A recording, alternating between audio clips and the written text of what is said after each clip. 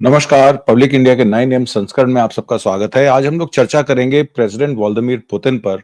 Russia में विदेश मंत्रालय की एक कोलेजियम बैठक और प्रेस कॉन्फ्रेंस के दौरान कुछ महत्वपूर्ण बातें व्लादिमीर पुतिन ने रखी और अपनी कंडीशंस ले डाउन की सीज फायर के लिए। 30 दिन का सीज फायर अमेरिकी मध्यस्थता से रशिया यूक्रेन वॉर के बीच में खोला गया था और उसके बाद रशिया ने बहुत सारी बातें 2014 से लेके 2024 तक का पूरा क्रोनोग्राफी जो है वो रख दी सामने।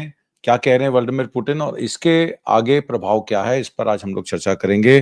पहला ये कि रूस ने कई बार वॉशिंगटन, यूरोप और नाटो को यूक्रेनी संकट का जड़ से खत्म करने की पेशकश की थी, जिसमें बड़े पैमाने पर त्रासदी को रोका जा सके, पर रिजल्ट जो थे उसके मैनिपुलेशन और आउटराइट डिसेप्शन के मिले, ऐसा व्लादिमीर पुतिन में रशिया के राष्ट्रपति का कहना है। वो ये कहते हैं कि पहली बार ऐसा हुआ इस विषय के संबंध में 2014 से ये बात शुरू हुई। ये तब था जब कीव में नियोनाजी ताकतों द्वारा किए गए अत्याचारों और उकसावे को रोकने का वादा किया गया था। अमेरिकी राष्ट्रपति द्वारा व्यक्तिगत रूप से दिया गया वादा तख्ता पलट में परिणाम स्वरूप चेंज होता है। आउटकम जो होता है वो referendum, return of Crimea to Russian federation, उसका एंड रिजल्ट होता है। दूसरी बार ये तब होता है जब ये मिन्स्क एक समझौते के रूप में साकार हुआ। मिन्स्क समझौता 2015 में इनिशिएट किया गया था, जिसमें अनंतः कीव अधिकारियों को हथियारबंद करने के लिए तैयार किए गए घृणित नकली समझौते में बदल गया। यानी कि नाटो ने जब मध्यस्थता की, यूरोप ने कहा था कि मिन्स्क समझौते में हम इसको सुलटा लेंगे और उसके बाद नाटो में शामिल करके यूक्रेन को हथियारबंद किया गया। सिक्योरिटी गारंटी अमेरिका ने दी। ये दूसरी बार हमसे जो है वो धोखा किया गया। फिर वो कहते हैं कि विशेष सैन्य अभियान शुरू होने के बाद ये तीसरी बार हुआ कि कीव शासन द्वारा तटस्थता संधि को जबरन अस्वीकार करने के रूप में, जिसे उसने इस्तांबुल में इनिशिएट किया था, ये हमारे साथ तीसरी बार धोखा किया गया। वैसे व्लादिमीर पुतिन द्वारा उल्लेखित विदेशी कार्यकारी जो मार्च 2022 में मॉस्को का दौरा करने आए थे, वो और कोई नहीं बल्कि इजराइल के पीएम नफ्ताली बेनेट थे। उन्होंने साफ-साफ कहा कि एक जो बहुत बड़े जो हैं वो पॉलिटिशियन हैं, अमेरिका के भी क्लोजर हैं, नाटो के भी क्लोजर हैं, वो मेरे पास आए थे, मुझसे बात की, उन्होंने कहा मैं संधि करा दूंगा। उसके बाद वो कीव गए, तो हमारा भरोसा उस पर उठ गया। और वो और कोई नहीं, मार्च 2022 में ये बाहर से निकल के आता है कि ये पीएम नफ्ताली बेनेट के बारे में बात कर रहे थे। हालांकि प्रेस कॉन्फ्रेंस में उन्होंने उनका नाम लेने से परहेज रखा। ये वही थे जो मॉस्को का दौरा करने के लिए कीव गए और तत्कालीन समझौते, ये वादित क्षेत्रों के भाग्य के निर्धारण के आधार पर समझौते शांति का प्रस्ताव रखने गए थे। उन्हें क्रेमलिन एजेंट के रूप में आसानी से खारिज कर दिया गया। ये तीसरी बार धोखा हुआ रशिया के साथ। नए क्षेत्र रूस का हिस्सा बन गए और ये हमेशा के लिए क्या ये बातचीत संभव है? उनसे पूछा जाता है कि नए क्षेत्र रूस का हिस्सा बन गए हैं, जो आपने 4 क्षेत्रों में अपना कब्जा स्थापित किया है, क्या ये हमेशा के लिए आपका ही रहेगा? क्या इस पर बातचीत संभव है? तो पुतिन कहते हैं कि जैसे कि वो कीव में घोषणा करते हैं कि वे इस तरह के निर्णय के लिए तैयार हैं और इन क्षेत्रों से सैनिकों की वास्तविक वापसी शुरू करते हैं और आधिकारिक तौर पर नाटो में शामिल होने की योजनाओं को छोड़ने के बारे में भी सूचित करते हैं। हमारा पक्ष तुरंत उसी क्षण सग्रम विराम का आदेश देगा, संघर्ष विराम का आदेश देगा, माफ कीजिए, और बातचीत शुरू करेगा, उन्होंने ये कहा। तो उन्होंने कहा कि कीव अगर ये घोषणा करता है कि जो 4 क्षेत्रों में हमारे जो सैनिक हैं वो अपने सैनिकों को वापसी ले लेता है, उसमें कोई प्रोटेस्ट नहीं करता है और नाटो से आधिकारिक तौर पर अपना नाता तोड़ लेता है, तो हमें कोई परेशानी नहीं है, हम युद्ध विराम घोषणा में करने के लिए तैयार हैं। और ये भी कहते हैं कि वो दिन दूर नहीं जब केवल हम ही रहेंगे, एक पतली पट्टी बच जाएगी, रूस के आने के लंबे वर्षों तक खुद को सुरक्षित रखना पड़ेगा। यही से व्लादिमीर पुतिन द्वारा प्रस्तावित सैनिटरी जोन, यानी कि जो भी हमें अपना जो स्थापित करना है, अपनी बाउंड्रीज को कंट्रोल करना है, क्योंकि हम नहीं चाहते कि यूरोपियन कंट्रीज नाटो के तहत हमारी सीमा के अंदर घुस आएं। और यही रशिया का शुरू से यूक्रेन को लेकर रहा है कि यूक्रेन को नाटो में ना शामिल किया जाए। और 2014 से 2022 मिन्स्क एग्रीमेंट को भी जब बरी कर दिया गया 2022 में, तो उसके बाद फरवरी में उनके पास कोई चारा नहीं बचा यूक्रेन पे अटैक करने के अलावा, ऐसा पुतिन का कहना है। वो ये कहते हैं कि अब हमें इसका जो है सैनिटेशन जोन बनाना पड़ेगा। ये जोन यूक्रेन से लेकर पोलैंड की सीमाओं तक फैल सकता है, ऐसा कुछ विशेषज्ञों का मानना है, क्योंकि यहीं से लगातार खतरा रशिया की संप्रभुता पर बना हुआ है। और फिर क्या, राष्ट्रपति ने इसे सीधे तौर पर नहीं कहा, लेकिन जाहिर है ये क्षेत्र रूस का हिस्सा बन सकते हैं अगर वो रहने वाले लोग ऐसा चाहते हैं। तो ये उनका कहना है। हालांकि G7 की मीटिंग में कुछ ज्यादा नहीं कर पाए थे पिछले दौर में भी, और इस बार भी उस मीटिंग का कोई आने वाली मीटिंगों का कोई लगता नहीं कि जेलेंस्की के सपोर्ट में कुछ बहुत ज्यादा लोग हैं। अमेरिका ने सिक्योरिटी गारंटीज देने से मना कर दिया है। इंटेलिजेंस इनपुट उन्होंने 30 डेज का जो युद्ध विराम था उसमें इसलिए दिया क्योंकि रशिया ने अपना ऑफेंसिव तेज कर दिया था। इस वजह से अमेरिका ने यह डिसाइड किया कि हम आपको इंटेलिजेंस इनपुट तो दे देंगे, क्योंकि यूरोपियन यूनियन के जहाज वहां पे as a free zone fly करने की बात कर रहे थे।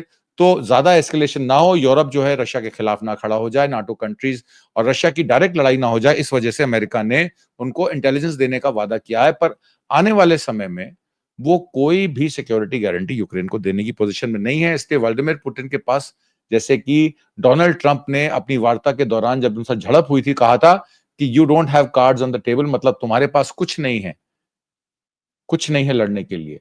तो बेहतर यह होगा कि रशिया के साथ संधि कर लो, समझौता कर लो। व्लादिमीर पुतिन द्वारा दिए गए यूक्रेनी संविधान की व्यवस्था जो है व्याख्या एक बहुत ही सरल निष्कर्ष पर ले जाती है, और यह निष्कर्ष यह है कि राष्ट्रपति की शक्तियों का विस्तार करना असंभव है। वो ये भी कहते हैं कि 2014 के बाद इलेक्शन ही नहीं हुआ, जेलेंस्की नाटो द्वारा, यूरोपियन यूनियन द्वारा अपॉइंटेड एक डमी है, और वो पार्लियामेंट को रिप्रेजेंट नहीं करते, वो यूक्रेन के लोगों को रिप्रेजेंट नहीं करते। हम, क्योंकि रशिया और यूक्रेन की जो हिस्ट्री है वो हमेशा यूएसएसआर या सोवियत फेडरेशन में रही है, हम लोगों की संवेदनशीलताओं को समझते हैं, वहां की पार्लियामेंट को समझते हैं, वहां के मैंडेट को समझते हैं, और वहां के रेफरेंडम को समझते हैं। तो जिन अधिकार क्षेत्रों में हम ऑलरेडी मौजूद हैं, वहां रेफरेंडम हमारे हक में है, इसीलिए हम वहां पर मौजूद हैं, ऐसा उनका मानना है। जब जेलेंस्की के पास कुछ बचा ही नहीं है, तो उसके पास कोई वास्तविक अधिकार नहीं है, और उसके आदेशों का पालन किसी को भी नहीं करना चाहिए, ऐसा उन्होंने कहा। और उन्होंने ये भी कहा कि और उसके अधिकार समाप्त होने के बाद उसने जिन अधिकारियों को नियुक्त किया है उन्हें कोई भी निर्णय लेने का अधिकार नहीं है। ये लोग जो हैं वो इल्लीगल काम कर रहे हैं, ये निर्णय अवैध हैं, इसलिए कोई भी यूक्रेनी सैनिक नाजायज अधिकारियों द्वारा, नियुक्ति अधिकारियों द्वारा जारी किए गए अवैध आदेशों का पालन करेगा तो वो एक अपराध माना जाएगा। यानी कि अपना आपके व्लादिमीर पुतिन ने, राष्ट्रपति पुतिन ने यहां तक कह दिया कि कोई भी जेलेंस्की की बात मानता है तो वो कल को वॉर क्राइम के लिए हम उसको ट्रायल भी कर सकते हैं। और इस तरह एक हड़पने वाले ने देश की सत्ता पर कब्जा कर लिया और यूक्रेन की पूरी आबादी को बंधक बना लिया, ऐसा यूक्रेन का मानना है। दूसरी बात, और वो दिन रात सैनिकों को मरने के लिए भेजता रहता है, इसलिए उसे ऐसा करने का कोई अधिकार नहीं है, ऐसा कुछ लोगों का कहना है। उसे या तो मुकदमे का सामना करना पड़ेगा या भीड़ उसे ही खत्म कर देगी और यूक्रेन को आत्मसमर्पण करना ही होगा, ऐसा रशियन अथॉरिटीज का कहना है। पुतिन ने यह भी कहा कि यूक्रेनी इकाइयों और संरचनाओं की निर्बाध और सुरक्षा वापसी की गारंटी, यानी कि जो सिक्योरिटी गारंटीज हैं उसकी वापसी देने के बाद अब उनके पास कुछ बचा नहीं है। उन्होंने ये भी कहा कि मॉस्को वैश्विक स्थिरता में अपनी भूमिका को स्वीकार करता है। उन्होंने ये भी कहा कि युद्ध समाप्त करने के लिए उनकी शर्तों को अंतर्राष्ट्रीय समझौते में शामिल किया जाना चाहिए। तो ये टर्म्स एंड कंडीशंस उन्होंने लेआउट की हैं कि इन टर्म्स और के बेसिस पे ही हम इस युद्ध विराम को मानेंगे। चारों जोन हमें दे दिए जाने चाहिए। जेलेंस्की अब इस लड़ाई को आगे ना लड़ें और हमें ये आश्वासन मिले कि अगली बार यूक्रेन का कोई भी राष्ट्रपति आने वाले समय में नाटो का मेंबर नहीं बनेगा। इसको संविधान द्वारा पार्लियामेंट में पारित कराया जाना चाहिए, ये वो कह रहे हैं।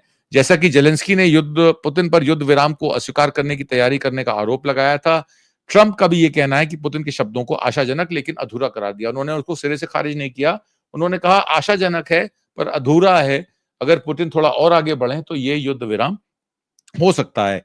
एक सैन्य प्रमुख के अनुसार रूस यूक्रेन की सीमा पर अधिक सक्रिय कार्रवाई की तैयारी कर रहा है। यूक्रेन की राष्ट्रीय सुरक्षा और रक्षा परिषद में दुष्प्रचार का मुकाबला करने के लिए केंद्र के प्रमुख एंड्री कोवलेंको ने कहा कि व्लादिमीर पुतिन अमेरिका द्वारा प्रस्तावित युद्ध विराम में देरी कर रहे हैं। उन्होंने टेलीग्राम पर लिखा, रूसी वास्तव में सुमी के सीमा क्षेत्र के अधिक सक्रिय कार्रवाई को तैयार कर रहे हैं। मैं आपको उनका दिखाता हूं। वो ये कह रहे हैं कि सुमी पर हमला करने के लिए सैन्य जमा कर रहे हैं। इस बात की चिंता बढ़ रही है कि रूस सेना यूक्रेन के पूर्वोत्तर सुमी क्षेत्र में हमला कर सकती है। व्लादिमीर जेलेंस्की ने भी कल इस संभावना पर चर्चा की। तो बात यह खड़ी हो जाती है कि सुमी वही क्षेत्र है जहां से हमारे इंडिया के मेडिकल छात्रों को आपको याद होगा 2 दिन के युद्ध विराम में वापस इंडिया लाया गया था हमारे प्लेन्स में। और यहाँ पर जो आईटी सेल है भारतीय जनता पार्टी का, उसने बहुत सारा एक प्रचार किया था कि देखिए प्रधानमंत्री मोदी ने वॉर रुकवा दी यूक्रेन और रशिया की। और सुमी से जो वहां बमबारी हो रही थी 2022 में, वो वहां से जो हमारे मेडिकल के छात्र थे, यूनिवर्सिटी के छात्र थे, उनको वापस ले आने में सक्षम हुए। हालांकि जो सुमी क्षेत्र है वो रूसी यूक्रेन बॉर्डर पर है, और जब भी रूस अटैक करता है तो वहां पे बमबारी भी होती है, दिन रात होती है, और लोगों की सुरक्षा पर सवालिया निशान खड़े हो जाते हैं, ऐसा वहां के लोगों का मानना है। और ये भी कहा जा रहा है कि इस बात की चिंता बढ़ गई है कि रूस सेना यूक्रेन में के पूर्वोत्तर सुमी क्षेत्र पर हमला कर सकती है। व्लादिमीर जेलेंस्की ने भी यही कहा था कि ऐसा हो सकता है। हालांकि यूक्रेनी राष्ट्रपति ने कहा कि मॉस्को एक अलग हमले के लिए आसपास की सेना जमा कर रहा है। उन्होंने ये भी कहा कि ये हमारे क्षेत्र पर हमला करने के इरादे को दर्शाता है। हम हम इसके बारे में जानते हैं और इसका मुकाबला करेंगे, ऐसा जेलेंस्की का कहना है। मैं चाहता हूं कि सभी साझेदार इस समझ की पुतिन की क्या योजना बना रहे हैं, कि पुतिन क्या योजना बना रहे हैं, इस पर विचार होना चाहिए। वो किसके लिए तैयारी कर रहे हैं और वे किस चीज को नजरअंदाज करेंगे। तो यूक्रेन जो मिलिट्री है, या यूक्रेन मिलिट्री के जो प्रथम नागरिक यूक्रेन के राष्ट्रपति हैं, उन्होंने ये चिंताएं जताई हैं। उधर यूक्रेन एयरफोर्स ने यह भी दावा किया है कि वायु रक्षा ने 47 ड्रोनों को मार गिराया। यूक्रेन की वायु सेना के अनुसार रूस ने रात भर शुक्रवार बीते रात यूक्रेनी शहरों पर बमबारी जारी रखी, जिसमें 90 ड्रोन लॉन्च किए गए। वायु रक्षा बल ने 90 ड्रोन में से 47 को मार गिराया। मार गिराए गए ड्रोन की संख्या से हमेशा इलेक्ट्रॉनिक युद्ध जैसे अन्य तरीकों से गिराए गए ड्रोन शामिल नहीं होते हैं। रूसी राष्ट्रपति व्लादिमीर पुतिन ने जो प्रेस कॉन्फ्रेंस की थी मिनिस्ट्री ऑफ फॉरेन अफेयर्स में, उन्होंने इस बात पे जोर दिया कि मॉस्को यूक्रेन के खिलाफ युद्ध विराम के सिद्धांत के पक्ष में है, जैसा कि संयुक्त राज्य अमेरिका के डोनाल्ड ट्रंप प्रशासन द्वारा प्रस्तावित किया गया है। लेकिन उन्होंने सवाल भी उठाए, जिन सवालों का मैंने आपसे जिक्र किया। इनके जवाब क्रेमलिन को युद्ध विराम के लिए प्रतिबद्ध होने से पहले इनके रिजल्ट्स चाहिए। उन्होंने कहा कि रूस के इन सवालों और अमेरिका के साथ शांति प्रस्ताव की शर्तों पर चर्चा करने की आवश्यकता है। रूस यूक्रेन युद्ध में डॉनटेस्क, लोहांसक, खारसान और जेपोरिजिया, जिन क्षेत्रों का मैंने नाम लिया है, ये 4 क्षेत्र हैं जो पूरे क्षेत्र से यूक्रेन के सैनिकों को कुल वापसी चाहता था। मॉस्को इन क्षेत्रों पर केवल आंशिक रूप से नियंत्रण रखता है, लेकिन दावा करता है कि 2022 में प्रत्येक क्षेत्र रूस के क्षेत्र का हिस्सा थे। पुतिन ने जोर देकर यह भी कहा कि यूक्रेन को न केवल फ्रंट लाइन में रूसी पक्ष के क्षेत्र को आत्मसमर्पण करना चाहिए, जो इन क्षेत्रों में से प्रत्येक से होकर गुजरता है, बल्कि इन क्षेत्रों में पूरे क्षेत्र को आत्मसमर्पण कर देना चाहिए। प्रस्तावित युद्ध विराम पर उनकी पहली टिप्पणी यह थी कि उन्होंने यूक्रेन की आलोचना की और ट्रंप ने इस पर मौन प्रतिक्रिया दी, जो पुतिन की शांति समझौते के प्रति प्रतिबद्धता के विश्वास व्यक्त करने और युद्ध विराम के लिए सहमत न होने पर रूस पर नए प्रतिबंधों पर धमकी देने के बीच झूल रहे हैं, क्योंकि ट्रंप इसके बारे में कुछ कह नहीं रहे हैं। यूक्रेन के राष्ट्रपति जो हैं आपके जेलेंस्की, वो प्रखर रूप से इसको अपोज कर रहे हैं कि रूस जो है वो सीज फायर नहीं चाहता है, वो ऑफेंसिव करके बाकी रीजन्स पे भी कब्जा करना चाहता है और पोलैंड तक अपना बफर जोन बनाना चाहता है। हालांकि मंगलवार को वॉशिंगटन और कीव का प्रतिनिधित्व करने वाली टीम ने यूक्रेन में शांति के लिए शर्तों पर बातचीत करने के लिए सऊदी अरेबिया में, जैसे मैंने पिछले प्रोग्राम में बताया था, जेद्दा में मुलाकात हुई थी। इस बैठक के बाद दोनों देशों ने एक संयुक्त बयान जारी किया था, जिसमें युद्ध के मोर्चे पर तत्काल अंतरिम 30 दिवसीय युद्ध विराम का प्रस्ताव दिया गया था। बयान में युद्ध विराम अवधि के दौरान युद्ध बंदियों की अदला बदली, नागरिक बंदियों की रिहाई और जबरन स्थानांतरित यूक्रेनी बच्चों की वापसी पर जोर दिया गया था। दस्तावेज में रूस पर प्रतिबंधों या यूक्रेन के लिए सुरक्षा गारंटी का उल्लेख नहीं किया गया था, लेकिन इसमें उल्लेख किया गया था कि यूक्रेन के यूरोपीय सहयोगी शांति प्रक्रिया में शामिल हों। दस्तावेज में यह भी निर्दिष्ट नहीं किया गया कि रूस में कुर्स्क के बंदी यूक्रेनी सैनिकों के साथ क्या होने वाला है। हालांकि बेलारूसी राष्ट्रपति अलेक्जेंडर लुकाशेंको के साथ भी एक समाचार सम्मेलन में पुतिन ने कहा था कि युद्ध विराम का विचार सही है और रूस सैद्धांतिक रूप से इसका समर्थन करता है। उन्होंने मॉस्को में संवाददाताओं से बातचीत करते हुए कहा, हमें शत्रुता समाप्त करने के लिए प्रस्तावों से सहमत हैं। पुतिन हालांकि आगे कहते हैं, ऐसे मुद्दे पर जिन पर हमें चर्चा करने की आवश्यकता है और मुझे लगता है कि हमें अपनी अमेरिकी सहयोगियों और भागीदारों के साथ इस बारे में बात करने की आवश्यकता है और शायद राष्ट्रपति ट्रंप से बात करने पर इस बात पर चर्चा हो सकती है। पिछले साल अगस्त का उन्होंने वर्णन किया। यूक्रेनी सेना ने कुर्स्क में एक आश्चर्यजनक आक्रमण किया और क्षेत्र पर कब्जा कर लिया, जबकि रूसी सेना ने अभी तक कुर्स्क में 1100 वर्ग किलोमीटर यानी कि 425 वर्ग मील क्षेत्र को पुनः प्राप्त कर लिया था। लगभग पूरे क्षेत्र जिसमें यूक्रेनी सेना ने हड़प लिया था, कीव के सैनिक अभी भी मौजूद हैं। पुलिस ने तब सवाल किया कि क्या पुतिन सॉरी माफ कीजिएगा पुतिन ने तब सवाल किया कि क्या वहां मौजूद सभी लोग बिना किसी लड़ाई के बाहर आ जाएंगे या यूक्रेनी नेतृत्व उन्हें हथियार डालने और आत्मसमर्पण करने के लिए मजबूर करेगा या आदेश देगा। पुतिन ने यह भी सुझाव दिया कि यूक्रेन द्वारा 30 दिवसीय युद्ध विराम का उपयोग ऐसे समय में नई सेना को जुटाने के लिए किया जा सकता है जब उसके सैनिक न केवल कुर्स्क में बल्कि पूर्वी यूक्रेन में भी असफलताओं का सामना कर रहे हैं। वो कह रहे हैं कि पूर्वी यूक्रेन में और कुर्स्क में जिस तरीके से बैकफुट पे गई है यूक्रेन, हमने अपना ऑफेंसिव तेज किया है, तो ये 30 दिन का टाइम कहीं मिलिट्री और जो सैन्य शक्ति है उसको बढ़ाने के लिए ना किया जाए, क्योंकि यूरोपियन यूनियन में ब्रिटिश प्राइम मिनिस्टर और जर्मनी के चांसलर ये भी कह रहे हैं कि हम इसको यूक्रेन को अकेले नहीं छोड़ सकते, हमें उनके साथ खड़ा होना है। फ्रांस भी कहीं ना कहीं प्रतिबद्ध है। तो ये भी उनको यह है कि यूरोपियन यूनियन की कोई पीस कीपिंग फोर्स यूक्रेन में जाकर युद्ध विराम के खत्म होते होते वहां अपनी लड़ाई को ऑफेंस को और तेज ना कर दे, ऐसा रशिया का मानना है। हालांकि रूस ने हाल ही में महीनों में धीमी गति से प्रगति की है। पुतिन के विदेश नीति सलाहकार यूरी ऑशकॉव ने भी गुरुवार को कहा था कि लड़ाई में 30 दिनों का विराम केवल यूक्रेनी सैनिकों को फिर से संगठित होने में मदद करेगा। उन्होंने युद्ध विराम को यूक्रेनी सेना के लिए अस्थायी राहत माना था। हाल ही में महीने में यूक्रेन को जनशक्ति की कमी का सामना करना पड़ रहा है।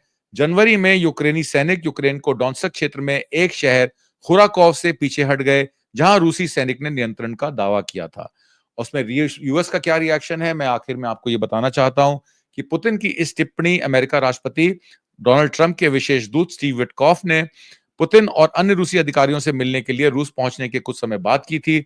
हालांकि विटकॉफ आधिकारिक तौर पर ट्रंप के मध्य पूर्व दूत हैं, लेकिन वे रूस संबंधों में भी शामिल रहे हैं। पिछले महीने वे यूक्रेन पर 2022 के आक्रमण के बाद रूस की यात्रा करने वाले पहले उच्च स्तरीय अमेरिकी नागरिक अधिकारी बने। इस यात्रा के दौरान उन्होंने कैद रूसी अलेक्जेंडर विंक को रिहा करने में बदले में कैद अमेरिकी मार्क फोगल की रिहाई सुनिश्चित की। सऊदी अरब में रूसी अधिकारियों के साथ बातचीत के दौरान विटकॉफ अमेरिकी टीम का भी हिस्सा थे। हालांकि बीते शुक्रवार को नाटो महासचिव मार्क रूटे के साथ बैठक की शुरुआत में ट्रंप ने कहा था कि पुतिन ने एक बहुत ही आशाजनक बयान जारी किया था, लेकिन यह पूरा नहीं है, यह अधूरा है। फरवरी 2022 में युद्ध की शुरुआत के बाद से ही अमेरिका और उसके सहयोगियों ने रूस पर कम से कम 21,692 प्रतिबंध लगाए हैं, जिसमें व्यक्तियों, मीडिया संगठनों, सैन्य क्षेत्र, ऊर्जा क्षेत्र, विमानन, जहाज निर्माण और दूरसंचार सहित अन्य क्षेत्रों को लक्षित किया गया है। पिछले सप्ताह ही ट्रंप और यूक्रेनी राष्ट्रपति व्लादिमीर ज़ेलेंस्की के बीच व्हाइट हाउस की बैठक में कटुता बढ़ने के बाद अमेरिका ने यूक्रेन को सैन्य सहायता और खुफिया जानकारी साझा करने का स्थायी रूप से निलंबित कर दिया था। जिद्दा में 30 दिवसीय युद्ध विराम समझौते पर अमेरिका और यूक्रेन के संयुक्त रूप से सहमत होने के बाद सहायता और खुफिया जानकारी साझा करना बहाल कर दिया गया था। तो अब बात यह आ जाती है कि ज़ेलेंस्की अभी भी कह रहे हैं कि पुतिन युद्ध विराम प्रस्ताव को अस्वीकार करने की तैयारी कर रहे हैं।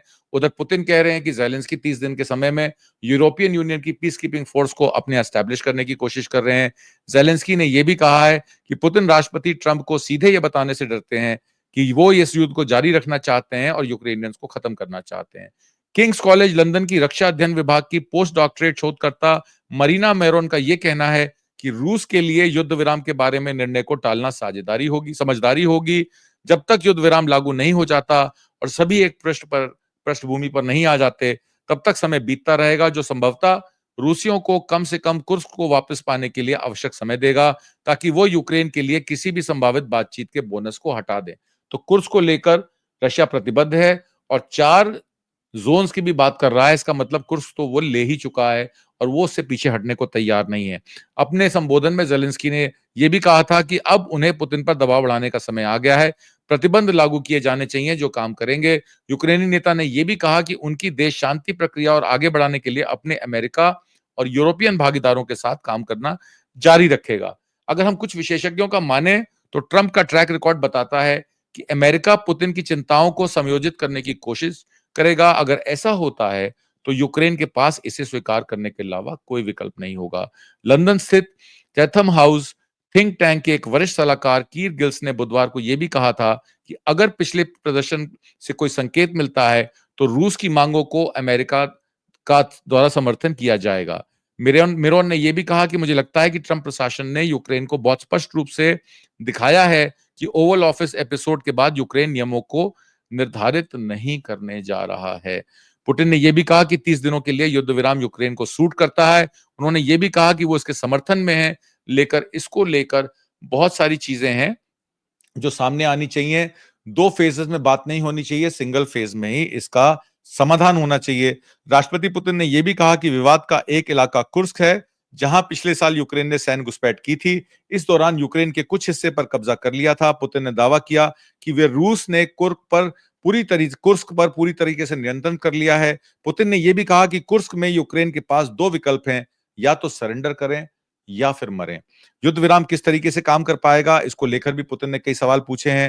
उन्होंने ये भी कहा है कि उन 30 दिनों का इस्तेमाल क्या होगा, दोबारा हथियार बंद होंगे यूक्रेन के लोग, या वहां पर यूरोप की पीस कीपिंग फोर्स आएगी। लड़ाई को खत्म करने का आदेश कौन देगा, किस कीमत पर होगा, कौन तय करेगा 2000 किलोमीटर से ज्यादा की दूरी पर किस संभावित युद्ध विराम को किसने तोड़ा है। इन सभी सवालों पर दोनों पक्ष की तरफ से संवैधानिक या सावधानी पूर्वक काम करने की जरूरत है। इसकी निगरानी कौन करेगा। देर रात को जारी किए एक वीडियो में जेलेंस्की ने कहा, पुतिन कुछ भी सीधा नहीं कहते, लेकिन व्यवहार में वो खारिज करने की तैयारी कर रहे हैं।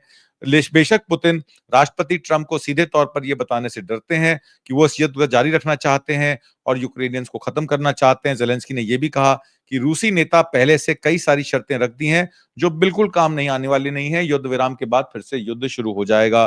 पुतिन के बयान और जेलेंस्की के जवाब के बाद दोनों पक्षों के बीच में विभाजन बिल्कुल साफ है। यूक्रेन 2 चरणों में यह चाहता है, पहले में तुरंत युद्ध विराम लागू किया जाए और फिर दीर्घकालिक समझौते को लेकर बातचीत हो। रूस का मानना है कि 2 चरणों को अलग अलग नहीं किया जा सकता और सभी मुद्दों को एक ही सौदे में तय किया जाना चाहिए। दोनों पक्ष अपने मतभेदों पर बहस करने से संतुष्ट दिखते हैं। यूक्रेन का मानना है कि वो रूस पर इस बात को लेकर दबाव बना सकता है कि वो शांति नहीं चाहता है। रूस भी इसी तरीके से मानता है कि उसके पास नाटो के विस्तार और यूक्रेन की संप्रभुता के बारे में अपनी बुनियादी चिंताओं को उठाने का मौका है। लेकिन ये डोनाल्ड ट्रंप के लिए भी एक समस्या खड़ी करता है। उन्होंने ये स्पष्ट कर दिया है कि वो तुरंत परिणाम चाहते हैं, जिससे कुछ ही दिनों में लड़ाई समाप्त हो जाए, और फिलहाल ऐसा लग रहा है कि पुतिन मामले में आगे बढ़ना नहीं चाहते हैं। उम्मीद करता हूं आपको आज का कार्यक्रम पसंद आया होगा और हम कोशिश करते हैं आपको फुल एनालिसिस दें यूक्रेन, रशिया, अमेरिका और जियोपॉलिटिक्स पर, ताकि आप भी समझ सकें कि युद्ध विराम के बाद क्या होने वाला है, एंटिसिपेट कर सकें कि आने वाले समय में क्या होने वाला है। उम्मीद करता हूं आप कमेंट बॉक्स में लिख के भेजिएगा कि आपको आज का कार्यक्रम कैसा लगा। कल फिर सुबह 9 बजे मैं आपके पास नई इंफॉर्मेशन लेके, नई सूचनाएं लेके और नई न्यूज लेके पेश होऊंगा। बहुत बहुत धन्यवाद। नमस्कार। जय हिंद।